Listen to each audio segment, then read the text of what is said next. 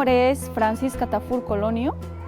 Trabajo en esta institución educativa 86323 de Virgen de Fátima y estoy a cargo con los niños de cuarto grado C. Vengo trabajando casi 10 años en zonas rurales en la región Ancash. Considero que la evaluación es muy importante, tanto para los maestros y para los estudiantes, para ver en qué medida estamos avanzando y en qué podemos mejorar. Y qué estrategias podemos utilizar, ¿no?, para mejorar tal vez si hay ciertas dificultades. Sobre todo mi meta principal es que los niños y las niñas cada día aprendan mejor, sobre todo matemática para su vida diaria, ¿no?, resolver sus problemas. Considero que la evaluación es una herramienta útil porque cada niño también va viendo cuánto está aprendiendo y también nosotros, los maestros, nos fortalece a cada uno de nosotros en qué debemos mejorar, ¿no?, para lograr nuestras metas, nuestros sueños como docente. Ministerio de Educación.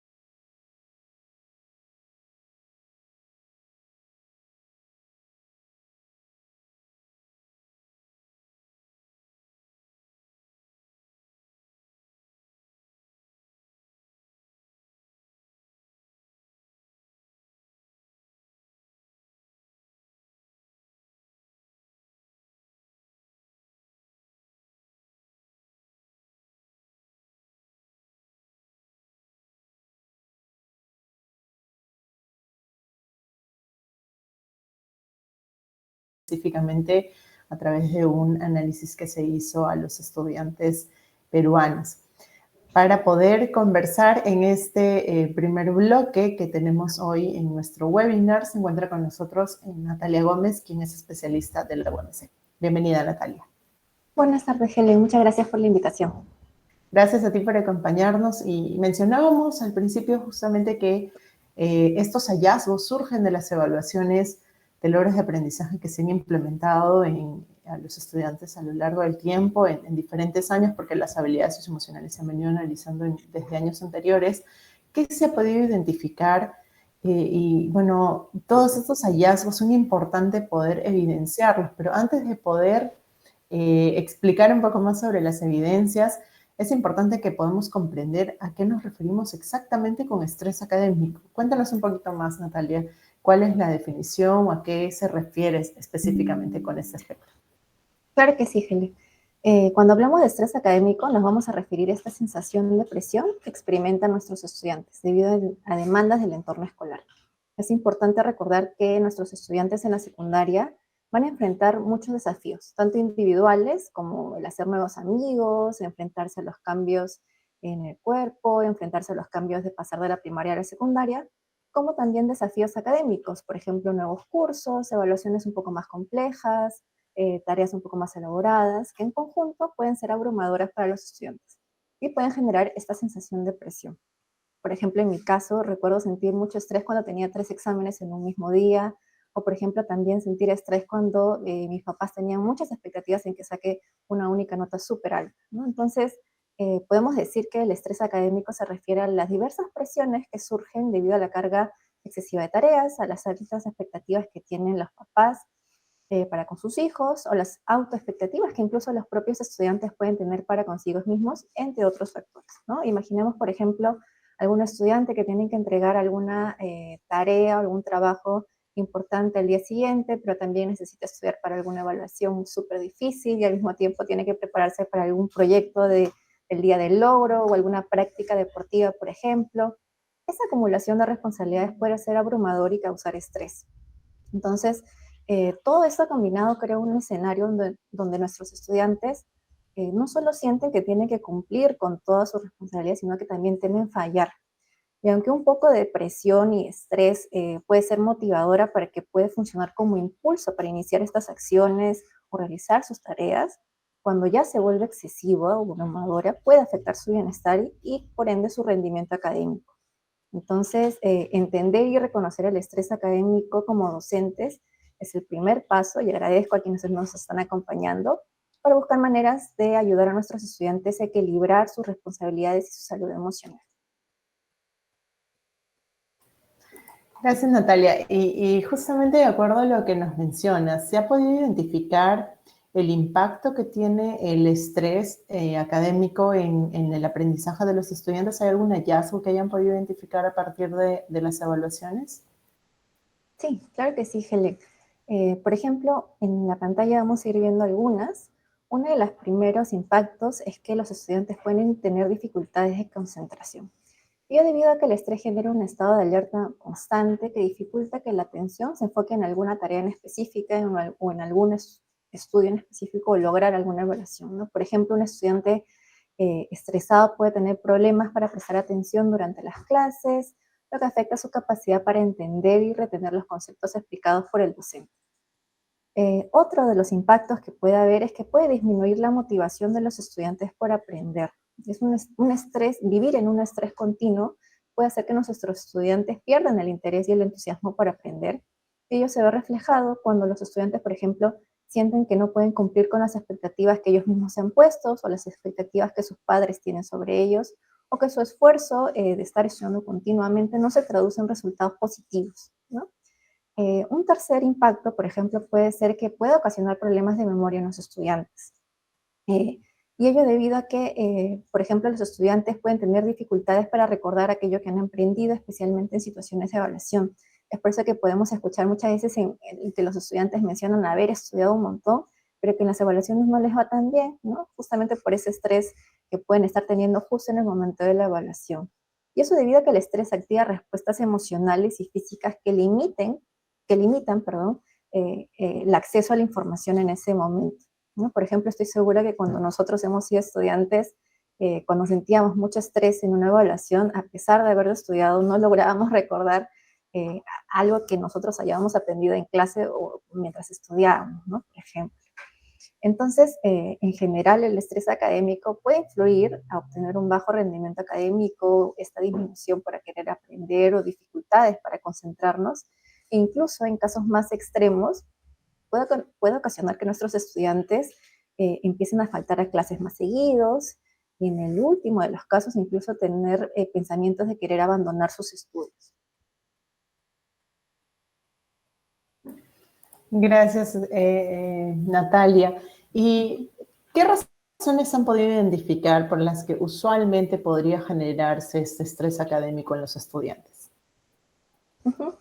El estrés tiene múltiples causas y mientras yo esté respondiendo a esa pregunta, sí quisiera, por ejemplo, invitar a los docentes, a quienes nos acompañan el día de hoy, a que recuerden cuando ellos eran estudiantes, cuando éramos estudiantes, qué nos generaba estrés, por ejemplo, cuando estábamos en la escuela, ¿no?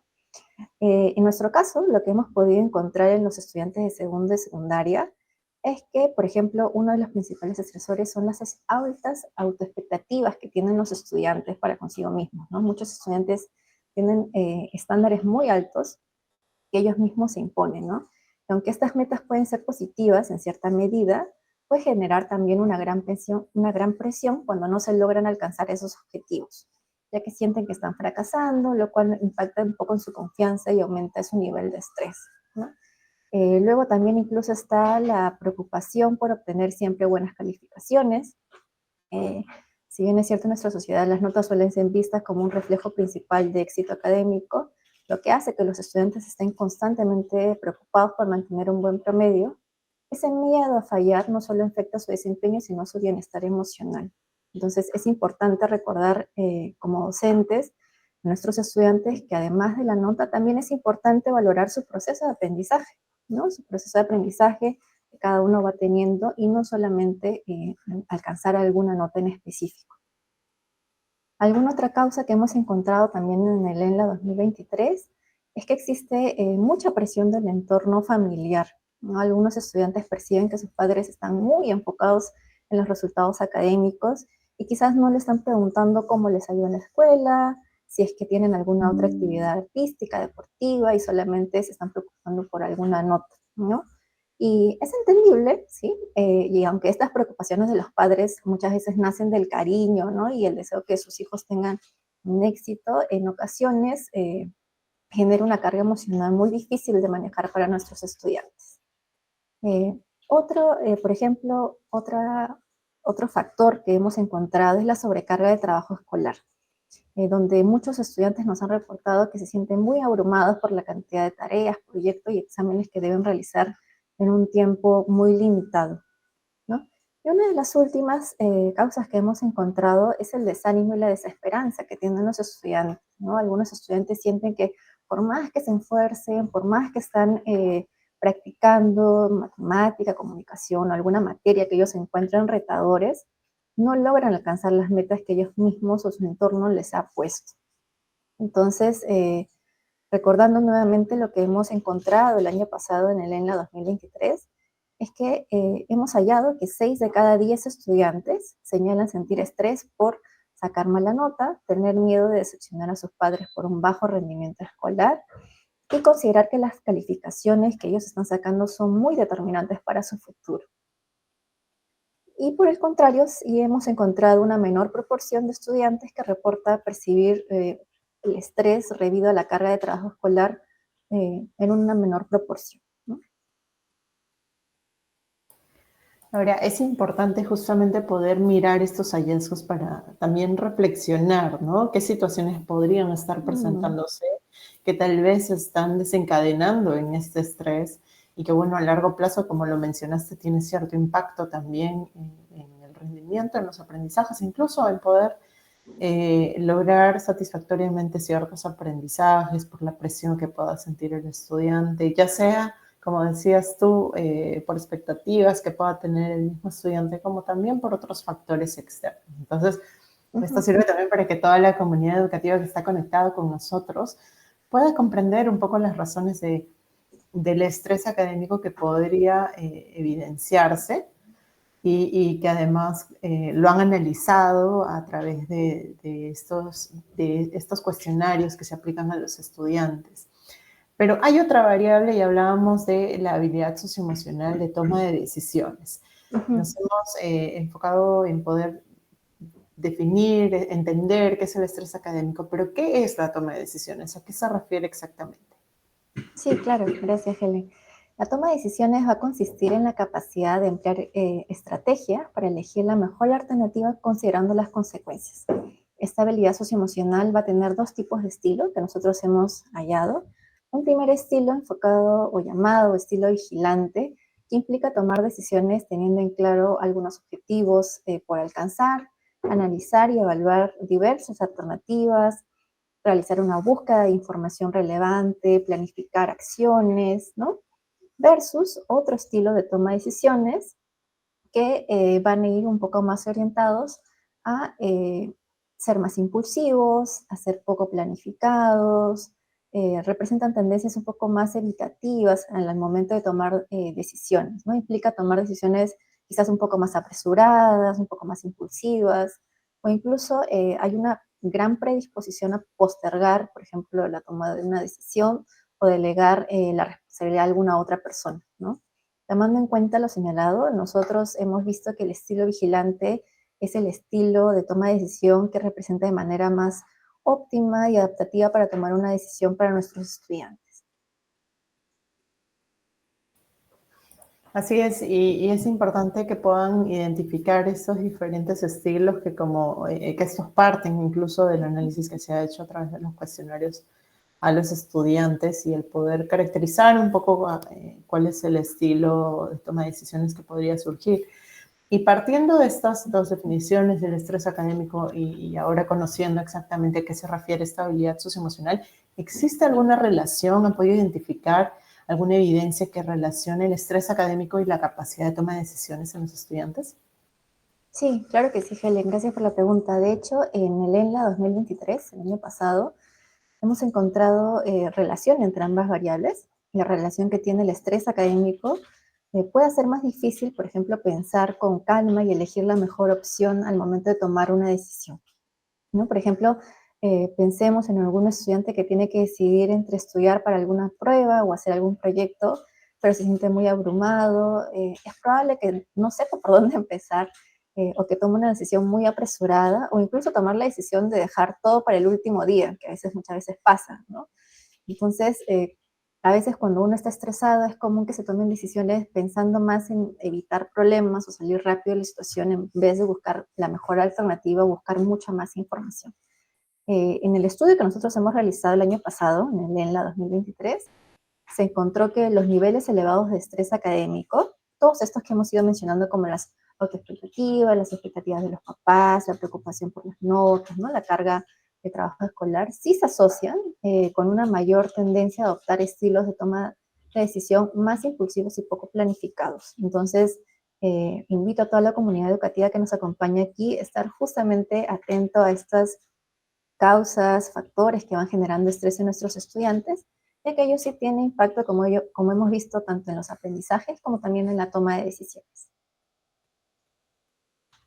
Así es importante que puedan ellos analizar estos hallazgos que tú nos has presentado, que como mencionamos están en los recursos y materiales que se han publicado. Esto surgió a partir de la Evaluación Nacional de Logros de Aprendizaje 2023, pero no es el único año en el que se han analizado las habilidades socioemocionales. También se analizó en la Evaluación Muestral del 2022 y se han publicado diferentes recursos y materiales que pueden tal vez revisar con mayor profundidad. Y por qué no reflexionar un poco sobre lo que Natalia ha mencionado. Ella ha evidenciado algunas causas o factores que podrían, tanto los docentes como las familias, mirar un poco sobre lo que podría estar generando el estrés académico y, bueno, como ya lo mencionó, impacta de alguna u otra manera en las decisiones que pueda tomar el estudiante, ¿no? Y analizar también cómo eso puede estar repercutiendo en lo que al final el estudiante decide.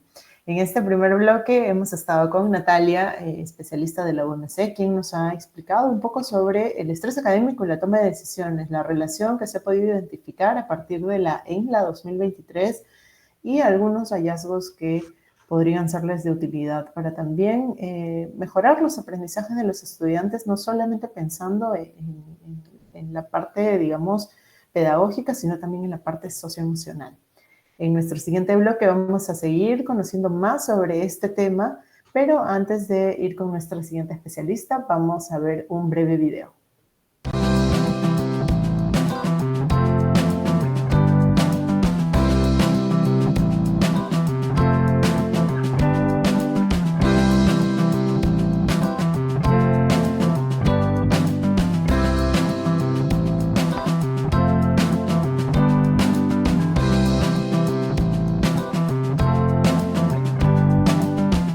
¿Qué es la toma de decisiones?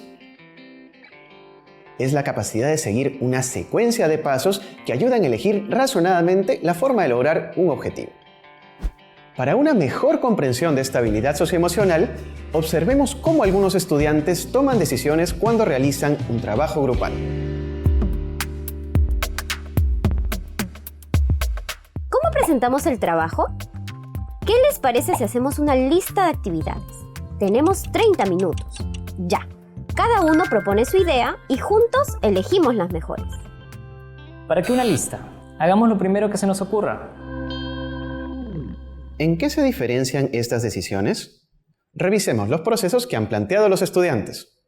María identifica el objetivo cuando hace la pregunta y considera el tiempo que necesita en realizar el trabajo.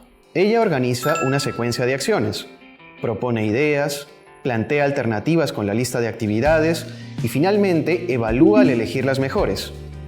Ella decide de forma responsable, pues vigila sus procesos. Por su parte, Eric considera el objetivo, pero no planifica y decide apresuradamente hacer lo primero que se le ocurre.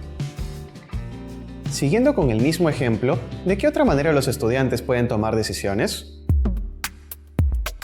Un ratito. Estoy terminando la otra tarea. Tenemos bastante tiempo. Mejor decide tú, María. En estos dos casos, ¿qué observamos? Ambos estudiantes comprenden el objetivo. Sin embargo, Daniel no usa adecuadamente el tiempo, hace otras actividades y posterga la decisión, mientras que Lucía delega la decisión a su compañera. Como hemos visto, hay estudiantes que realizan todos los procesos involucrados para una adecuada toma de decisiones, mientras que otros los realizan de manera parcial. Tomar decisiones es parte de nuestra vida diaria. Para hacerlo adecuadamente es importante que cada uno de nosotros ayudemos haciendo visibles los procesos involucrados y así fortalecer estabilidad socioemocional. Encuentra más información y recursos sobre las habilidades socioemocionales en umc.minedu.gov.pe. Ministerio de Educación.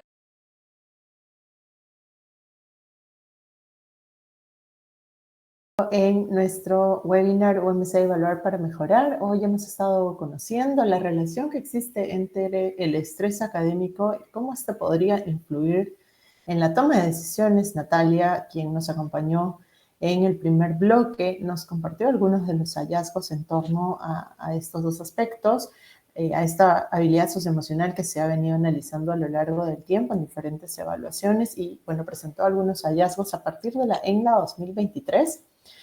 Hemos también conversado sobre qué es la toma de decisiones propiamente y los estilos que se han podido identificar. Justamente estos hallazgos parten desde los cuestionarios que se aplican a los estudiantes. En este bloque, antes de empezar la conversación con nuestra especialista, los invitamos a que si tienen alguna duda o pregunta puedan irla dejando en los comentarios de la transmisión de Facebook, desde donde están conectados, que puedan contarnos cuáles son sus dudas respecto a este primer bloque y vamos a seguir conversando más sobre este tema, así que los vamos a estar leyendo. En este segundo bloque nos acompaña Marité Estefanía Sánchez, quien es especialista también de la UMC. Bienvenida, Marité. Muchas gracias, Helen. Muchas gracias por la oportunidad, tanto a ti, a la UMC y a toda la comunidad educativa por tener este espacio para poder reflexionar sobre estos temas tan importantes para la escuela. Así es, Marité. Gracias a ti por acompañarnos hoy en este espacio. Y en base a los hallazgos que hemos estado conversando, que también has estado escuchando un poco sobre la conversación con Natalia, ¿qué acciones o estrategias podrían implementar los docentes justamente para reducir el estrés académico en el aula? Muchas gracias, Helen, por la pregunta. Esta es una pregunta bastante compleja. Y a mí me gustaría que pensemos la respuesta juntos. Pensemos en este profesor que nos encantaba su clase, en donde nos sentíamos tranquilos, escuchados, que cuando nos levantábamos ese día, ¿no? Por ejemplo, hoy es jueves y decíamos, ¡ay, qué bueno! Hoy día me toca matemática, ¿no? Hoy día me toca ciencia y tecnología, ¿no? Recordemos y conectemos con las emociones que nos transmitía esta persona, ¿no? Por esta ilusión por aprender y poder llegar al colegio. En mi caso, muy particular, era una profesora de lengua y literatura que se llamaba Rosa González. Ella nos acompañó de segundo a cuarto de secundaria. Y gracias a la oportunidad de poder presentar este tema de estrés académico, yo me preguntaba, ¿no? ¿Por qué es que me gustaba tanto la clase de la profesora Rosa? Ahora, lo que a mí me gustaba de esa clase es que me permitía analizar libremente los textos que ella me presentaba. Siempre me sentía escuchada, sentía que podía dar mi opinión. Ahora, esto ocurrió en los años 90, entonces nosotros leíamos un libro más o menos cada mes o cada 2 meses, o sea, no es que había como un plan lector, ¿no? Sino que nos daban los libros y nosotros los leíamos. Y ella cada cierto tiempo buscaba ver hasta dónde nosotros habíamos leído y qué nos parecían algunos temas y cómo nosotros nos conectábamos con esta lectura. Siempre preguntaba qué es lo que estábamos entendiendo y qué significados tenían esta lectura para nosotros. Ahora, cuando ella hacía estas preguntas, independientemente de qué me estaba preguntando, yo me sentía escuchada, sentía que mi opinión valía, sentía que, y que era validada, ¿no? Ahora, ella buscaba que las opiniones que nosotros dábamos o que las historias que nosotros estemos leyendo tengan algún tipo de contacto importante con nosotros, o sea, que realmente sean significativas. Por ejemplo, recuerdo cuando estuvimos leyendo Un mundo para Julius. Bueno, yo estudié la secundaria en Lima y todos mis compañeros eran de Lima. Entonces, ella, por ejemplo, nos incentivó a preguntar en nuestras familias cómo era la vida en Lima en los años 50. Y bueno, en ese caso yo recuerdo haberle pedido a mi mamá que me lleve a la avenida Salaberry para ver cómo era esa casona tan grande y tan hermosa en donde vivía el protagonista. Al hacer este recorrido con mi mamá, pude evidenciar que algunas de esas casonas que eran descritas en el libro aún existían, por ejemplo, ¿no? Y eso para mí pues me llenaba de mucha emoción, ¿no? Y incentivaba a poder seguir leyendo el libro. O por ejemplo, cuando el personaje principal, ¿no? Julius señalaba cómo hacía para irse de su casa al colegio, ¿no? O sea, porque era como San Isidro, la avenida Salaberry, y él tenía que irse como a Miraflores, ¿no? Y luego un poco más lejos, cómo pasaba, por ejemplo, por las chacras de Lima, ¿no? O sea, yo imaginarme pues que ese recorrido haya estado lleno de chacras, era como muy emocionante y me incentivaba a seguir aprendiendo más y a hacer más preguntas. Ahora, no solamente leíamos textos así como muy específicos o muy realistas, ¿no? Recuerdo que en tercero de secundaria también la Miss Rosita nos mandó a leer El Principito. Como yo había leído ese libro en primaria, lo primero que pensé a mis 14 años es, bueno, ese es un libro como para niños, es un poco tonto, de verdad que no lo voy a entender o no lo voy a disfrutar. No obstante, gracias a su acompañamiento o a esta facilitación que ella hizo de mi aprendizaje, personajes como la Rosa, el Lobo, ya siendo leídos por una Marité adolescente, tomaron un significado distinto. Temas tan complejos, o sea, que para ahora mí son complejos, como el amor incondicional, o la verdadera amistad, o la lealtad, por ejemplo, tomaron un significado distinto a cuando lo había leído cuando estaba en quinto grado de primaria y tenía pues 9, 10 años. O por ejemplo, personajes que ahora en este momento me hacen tanto sentido como el aviador, ¿no? Como este personaje que había olvidado soñar, pero que haberse encontrado al Principito le había permitido el poder recordar un poco cómo había sido su infancia y toda la magia que él tenía. Creo que en general hay profesores que justamente lo que nos permiten es disfrutar el aprendizaje. Y si bien, como bien señaló Natalia al inicio, siempre van a haber momentos de estrés o de tensión por los exámenes o entregar trabajos, aquí la pregunta es ver cómo es que nosotros somos estos docentes que no generamos estos espacios. Si retomo esta experiencia del Principito, les cuento, por ejemplo, que hace como el mes pasado o a finales de noviembre, tuve la oportunidad de ir a ver el Principito con mis hijos al teatro. Eso para mí fue una experiencia espectacular, porque me permitió conectar con mi adolescente que había leído el Principito, y creo que mi profesora en ese momento no se dio cuenta de lo que estaba haciendo. O sea, igual hay cosas que hay que enseñar, hay análisis que hay que hacer, hay procesos cognitivos, pedagógicos que hay que lograr, pero también no hay que perder al lado toda la parte emocional e integral de las personas, ¿no? Y esto para mí fue una experiencia, pues como muy linda, ¿no? Y como que muy conectada. Ahora, otra cosa, por ejemplo, que ella nos hacía y que he estado recordando, es que siempre nos incentivaba a escribir cuentos. Recuerdo que igual en tercero y secundaria, yo escribí un cuento que era El conejo que se sentía superior. Y lo hice pensando en un compañero del colegio que era muy amigo mío, pero que bueno, que se sentía superior a los demás. Y yo me acuerdo haber salido a la clase, exponerlo delante de todos, y ella, bueno, haberme felicitado por el cuento y decirme, escribir es una manera de poder conectar con el alma. O sea, son frases que quedaron pues para toda mi vida, ¿no? Y en general, el hecho de poder tener docentes que generen espacios amables de aprendizaje y que sean realmente aprendizajes significativos, ¿no? Y a lo largo de toda la vida, es fundamental.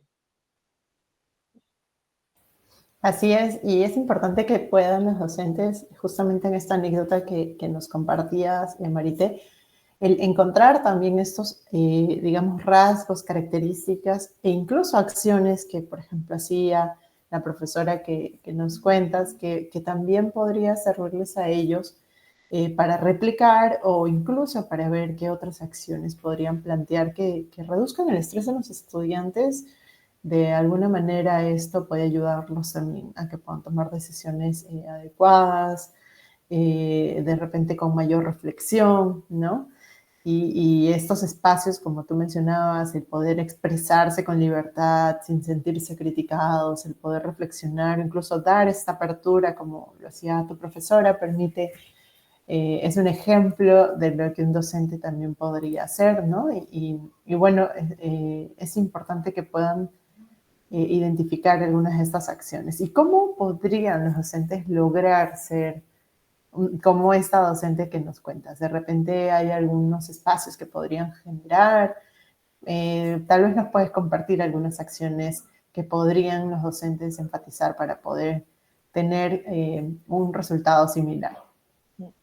Sí, gracias, Helen. Ahora, igual lo que voy a decir no pretende ser una lista cerrada, ¿no? Ni como un checklist de lo que se debería hacer en una clase, ¿no? Pero algunas ideas que tal vez nos pueden ayudar para ser este docente que genera espacios amables para sus estudiantes es primero validar nuestras emociones, ¿no? O sea, preguntarnos cómo nos estamos sintiendo. O sea, si es que, por ejemplo, hemos empezado mal el día, tal vez hemos tenido algún problema en casa, algún hijo está enfermo, o en general, o sea, diferentes cosas que uno puede estar pasando, es importante que nosotros como docentes nos preguntemos cómo nos estamos sintiendo y que podamos validar estas emociones. Es importante que cuando nosotros estemos en clase no actuemos de forma automática, ¿no? Sino que reconozcamos igual que nos pasan cosas, o igual somos seres humanos, y que estas emociones que estamos sintiendo van a interferir definitivamente o van a facilitar la clase que vamos a dar en ese momento, ¿no? Ahora, se habla mucho de la importancia de validar las emociones de los estudiantes. Y sí, es importante poder validarlas, ¿no? Así como hacía mi profesora. Pero también es importante validar nuestras propias emociones como docentes, o sea, preguntarnos igual cómo nos sentimos. Y cuando nos hacemos esta pregunta, es necesario también ponerle un nombre a esa emoción. Entonces no nos sintamos vergüenza por sentir ira o miedo o temor, o sea, no existen emociones positivas o emociones negativas, como a veces pensamos, ¿no? Todas las emociones nos brindan información y esa información es importante y es válida, especialmente si estamos haciendo un trabajo en donde nos estamos vinculando con otras personas. Ahora, otro elemento es como diseñar espacios de aprendizaje significativos, ¿no? Desde ya la docencia y la pedagogía hay una intención. O sea, yo, por ejemplo, profesora de matemática, deseo enseñar determinado tema o habilidad o desarrollar determinada competencia en mis estudiantes.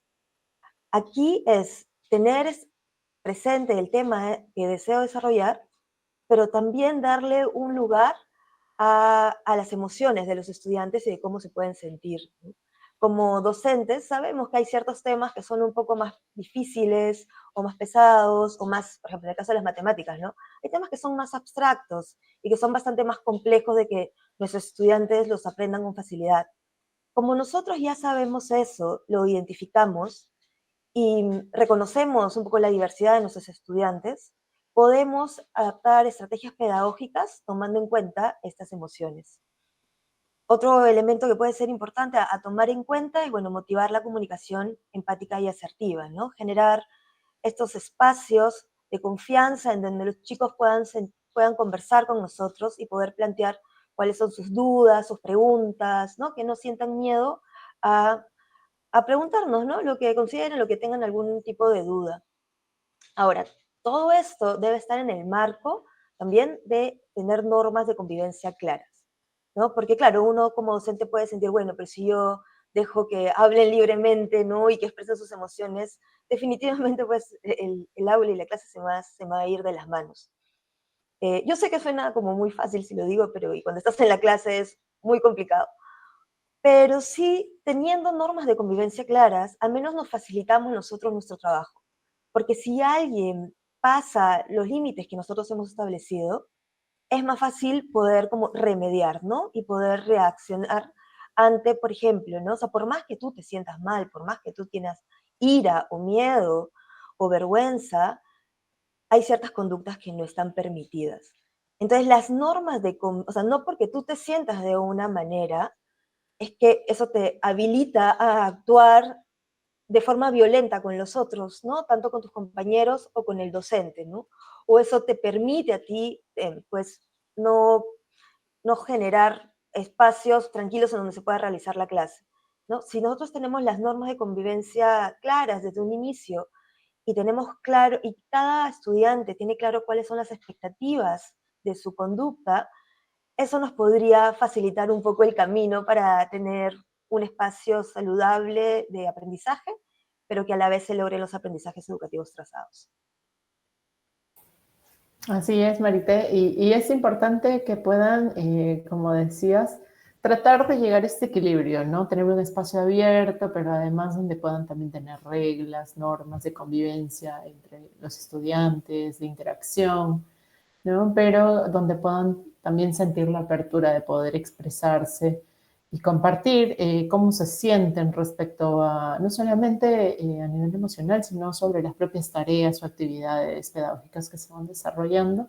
Y bueno, ustedes pueden ir dejándonos también en los comentarios qué otras acciones consideran que podrían incorporar los docentes para poder reducir el estrés académico en los estudiantes y bueno, que esto a su vez repercuta, ¿no? En no solo la mejora de los aprendizajes, sino también que los estudiantes puedan desarrollar habilidades socioemocionales. Ahora, le decimos a un docente justamente que pueda promover y fortalecer las habilidades socioemocionales y sabemos que están a veces abrumados con las sesiones pedagógicas y con muchas tareas que tienen que desarrollar. ¿Cómo pueden ellos, en ese sentido, diseñar clases que consideren las emociones de los estudiantes sin descuidar a la par los aprendizajes que se esperan que logren los estudiantes de acuerdo al currículo en las diferentes áreas, ¿no? ¿Qué pueden hacer los docentes para llegar a ese equilibrio también ellos mismos? Sí, bueno, yo como docente también me haría la misma pregunta, ¿no? Porque el trabajo docente no es solamente dar tu clase, ¿no? O desarrollar tu clase. O sea, igual hay muchas otras cosas. eh, Tienes que lidiar con los padres de familia, tienes que ver también lidiar con los colegas, ¿no? A veces con la UGEL que te pide que llenes ciertos formatos o que te viene a supervisar, ¿no? O sea, todos estos son elementos que igual o sea, no hay duda en que van a afectar el trabajo docente diario. Pero hay ciertas ideas que sí me gustaría compartirlas, ¿no? Y tal vez sí lo podemos ir conversando y reflexionando. Eh, en general, las emociones y los aprendizajes son dos caras de la misma moneda. O sea, tú no puedes desarrollar aprendizajes sin tomar en cuenta las emociones, ¿no? Y en general, el método constructivista lo que te dice es que la base del aprendizaje son las emociones, porque las emociones son los que te permiten interactuar con el mundo y darle un sentido. O sea, todo el modelo socioconstructivista también te señala lo mismo. Entonces, tenemos que reconocer que las emociones están presentes, o sea, que no podemos, por más que a veces queramos tal vez, ponerlas en un cajón y cerrarlas bajo llave. O sea, igual están presentes, igual están en el aula, y tengo que ver la manera de cómo yo gestiono estas emociones para poder facilitar los aprendizajes. Otro tema que es importante a tener en cuenta es que no hay docente que no desarrolle habilidades socioemocionales. O sea, desde que el docente entra a la puerta y saluda o no saluda, o por ejemplo, ¿no? Estos docentes que entraban y que miraban la pizarra y decían, abran su cuaderno, ¿no? Y ni siquiera te miran, ¿no? Y tú, bueno, como estudiante solamente tienes que abrir el cuaderno y tipear, o sea, escribir, ¿no? Igual ya están dando un mensaje. O sea, igual ya están de una u otra manera, tal vez desarrollando ciertas emociones que no es las que nosotros queremos, o son emociones que no necesariamente facilitan el aprendizaje. Ahora, la pregunta un poco que toca, y es una pregunta súper personal, ¿no? Para cada uno, es, ¿qué docente quiero ser yo? O sea, si yo deseo ser este docente que no se vincula con sus estudiantes y que les genera miedo y que eleva los niveles de estrés en los estudiantes, o el que sí considera que las emociones son fundamentales para el desarrollo de los aprendizajes. Esto es una pregunta que es súper personal y también es como válido si alguien dice, mira, yo de verdad estoy pasando por determinados momentos y ahorita no puedo estar como dando mi clase y a la vez estar como pensando en las emociones de los chicos. O sea, es como una pregunta muy personal, Pero sí los invitaría como a reflexionar, ¿no? Ya pensemos, ¿qué docente quiero ser yo? Y pensemos también, bajo un poco esto que estamos hablando, es, bueno, ¿y cuál sería mi mejor versión de docente? ¿No? O sea, ¿cuál es este docente al cual yo quiero ser? ¿Y qué elementos o qué características yo tendría que incorporar a este docente? ¿No? A veces, simplemente es preguntarles a los chicos, oye, ¿qué tal el fin de semana? ¿Qué hicieron? Y los chicos te van a hablar, ¿no? Y bueno, y ahí tienes que utilizar las normas de convivencia para que no se te vaya la clase de las manos, ¿no? O preguntarles qué tal el recreo, qué hicieron, ¿no? ¿Qué jugaron? Ay, va a venir Messi, ¿no? Eso es algo interesante, ¿no? A ustedes les gusta el fútbol. O sea, poder conectar con ellos un tiempo y ver si es que esto, por ejemplo, no, la venida de Messi la próxima semana, ver si es que esto puede conectar con algún tema que yo estoy trabajando en clase, por ejemplo, ¿no? O sea, pensar de esa manera va a permitir generar espacios pues mucho más amables y tal vez ser ese docente que queremos ser. Y algo que sí, todos los docentes, especialmente de la comunidad educativa que nos está viendo en estos momentos, están presentes que ustedes son los expertos en el tema. O sea, ustedes son los expertos pedagógicos. Ustedes conocen, además de conocer el tema y las competencias que desean desarrollar, ustedes son los que conocen a las familias, al director, a los del UGEL y a cada uno de sus estudiantes.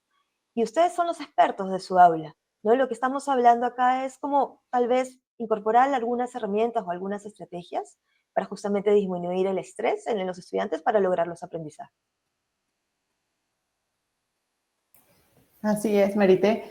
Y el poder conectarse con los estudiantes, bueno, es una tarea, digamos, es una labor que van a tener que equilibrar también con las sesiones de aprendizaje que se desarrollan. Ahora, no están separadas, porque de hecho un estudiante que desarrolla las habilidades socioemocionales también puede influir o no de alguna u otra manera en que desarrolle los aprendizajes o que pueda estar más atento dentro de una sesión pedagógica.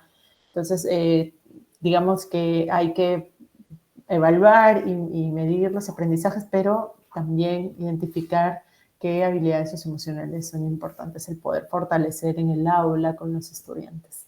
En este segundo bloque, Marité nos ha compartido sobre algunas recomendaciones, acciones que los docentes podrían tomar en cuenta para poder fortalecer el desarrollo de habilidades socioemocionales y a la par también incorporar las asociaciones pedagógicas sin que esté separado uno de lo otro, analizar y reflexionar también sobre su propia labor, sobre el rol que desempeña el docente y sobre las características que tiene el propio docente que tal vez puedan estar influenciando en que haya más o no estrés en los estudiantes. Entonces, es poder mirar y analizar en estas situaciones que podrían estar generando estrés en los estudiantes. Antes de ir a nuestro bloque 3, queremos recordarles que pueden dejar sus preguntas en los comentarios. En el siguiente bloque vamos a contestar algunas de sus preguntas. Vamos a estar leyendo esas preguntas que no podamos responder en vivo, las vamos a responder en los comentarios, así que pueden ir dejándonos sus preguntas, que vamos a ir a ver un breve video y volvemos para responder las preguntas del público.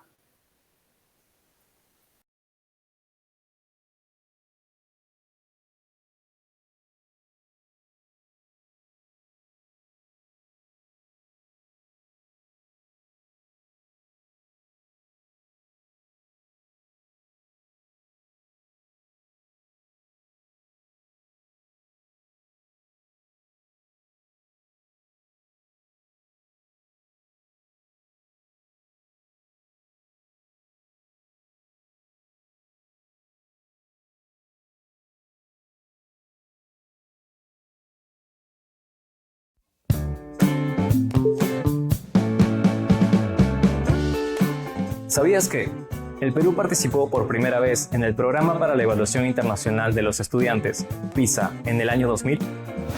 Tras esa experiencia inicial, volvió a participar en el 2009 y, desde entonces, ha sido parte de cada edición. Esta evaluación es organizada por la OCDE, se realiza cada 3 años y mide las competencias de los estudiantes en 3 áreas clave: lectura, matemática y ciencia. Además, permite analizar el desempeño de los estudiantes peruanos en comparación con el de sus pares en países miembros de la OCDE y de aquellos que participan de manera voluntaria. Gracias a su participación en PISA, el Perú ha logrado identificar avances significativos y desafíos pendientes para fortalecer el sistema educativo.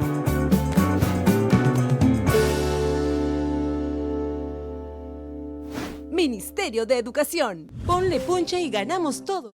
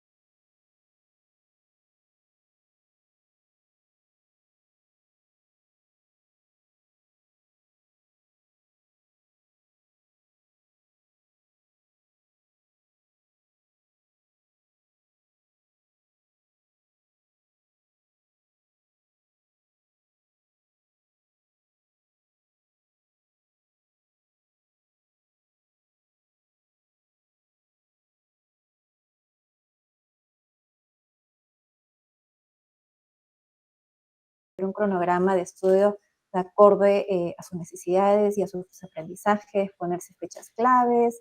Por ejemplo, si hay que hacer alguna tarea, decirles, ok, este día voy a escribir al menos media hoja de esa tarea que yo tengo. Al siguiente día voy a completar la hoja. Y así un aprendizaje y un logro de esa tarea de manera progresiva. También otra forma de combatir el estrés, por ejemplo, puede ser preguntar al docente cualquier duda, ¿no? A veces los estudiantes, ante una área que les resulta difícil, deben preguntarles al docente, entonces hacerles dar a conocer que no debe existir este miedo, preguntar incluso también a compañeros que sabemos que les va un poquito mejor en alguna materia, ¿no? Reformular. Otra parte que me parece súper importante y que hemos hallado y que hemos ido mencionando también es reformular un poco la perspectiva sobre una nota, ¿no? Enseñar a los estudiantes que las notas son, como dije, un indicador de aprendizaje, pero que no determina ni su valor personal ni su futuro por completo, ¿no? Y además, y todas estas acciones que se pueden hacer con las familias o el propio estudiante, es importante reconocer también la importancia de incorporar actividades físicas o incluso el descanso que también pueden tener los estudiantes, ¿no? Insistir en la importancia de hacer ejercicios, de dormir sus horas suficientes, que va a ayudar en general a la concentración, el aprendizaje que él va a ir teniendo en la escuela. Así es. Gracias, Natalia, por estas sugerencias en torno a cómo tratar el estrés, que es una pregunta que nos habían dejado en los comentarios. Recuerden que si sus preguntas no son respondidas en la transmisión en vivo, igual las vamos a responder en los comentarios. En este bloque estamos compartiendo algunas de sus preguntas y ahora tenemos otra pregunta más. Nos consultan si al ser docentes de educación física, por ejemplo, también deben preocuparse por las emociones de los estudiantes. Marité, ¿nos puedes absolver esta duda? Sí, muchas gracias, Helen, y a la persona que nos hizo la pregunta. Bueno, el docente de educación física es fundamental para el desarrollo de habilidades socioemocionales. Por un lado, o sea, ¿por qué, no? ¿Por qué es tan importante? Porque el docente de educación física, a través de este movimiento que hace el deporte, específicamente con los chicos, de una manera súper inmediata, los conecta con su cuerpo, ¿no? Con su centro. Y eso es importantísimo porque justamente lo que vimos en este tema de reconocernos a nosotros mismos, reconocer nuestras emociones, es también reconocer nuestro cuerpo, ¿no? O sea, que es lo que es sumamente importante para nosotros, ¿no? Además, este deporte que uno realiza en educación física desarrolla varias habilidades, ¿no? Como por ejemplo el trabajo en equipo, le permite regular las emociones, además en educación física se presentan muchas emociones, ¿no? Como la ira, la frustración, igual la alegría cuando uno gana. Entonces, el docente de educación física es fundamental para poder gestionar estas emociones y también para poder modelarlas, ¿no? O sea, también ser un modelo de qué hacer, ¿no? Ante cuando las cosas no te salen como tú estás esperando. La educación física fomenta pues la resiliencia, la autoestima y la confianza en uno mismo, ¿no? Y esto hace que al final bajen nuestros niveles de estrés, ¿no? En general el hecho de ir a un espacio en donde podamos estar en movimiento y podamos conectarnos con nosotros mismos y con nuestro cuerpo, bajan los niveles de estrés que estamos sintiendo. Gracias. Gracias a ustedes por responder a nuestras preguntas y de repente antes de cerrar nuestro webinar, ¿tienen alguna recomendación final, algo que quisieran sugerirle a los docentes y a la comunidad educativa que está conectada con nosotros? Sí, me voy a robar unos minutos simplemente para cerrar, ¿no? Tengamos presente que las emociones nos brindan información que es valiosa, ¿no? Tanto para nosotros mismos y también para interactuar con nosotros, o no en este caso con nuestros estudiantes. Lo que es importante entender es que estas emociones no dirigen nuestra conducta, o sea, nosotros podemos gestionar las emociones para poder relacionarnos de la mejor manera con los otros. Ahora, por eso es tan importante tener presente las normas de convivencia en el aula, porque esas son como lo normativo en donde nosotros podemos ir desenvolviendo.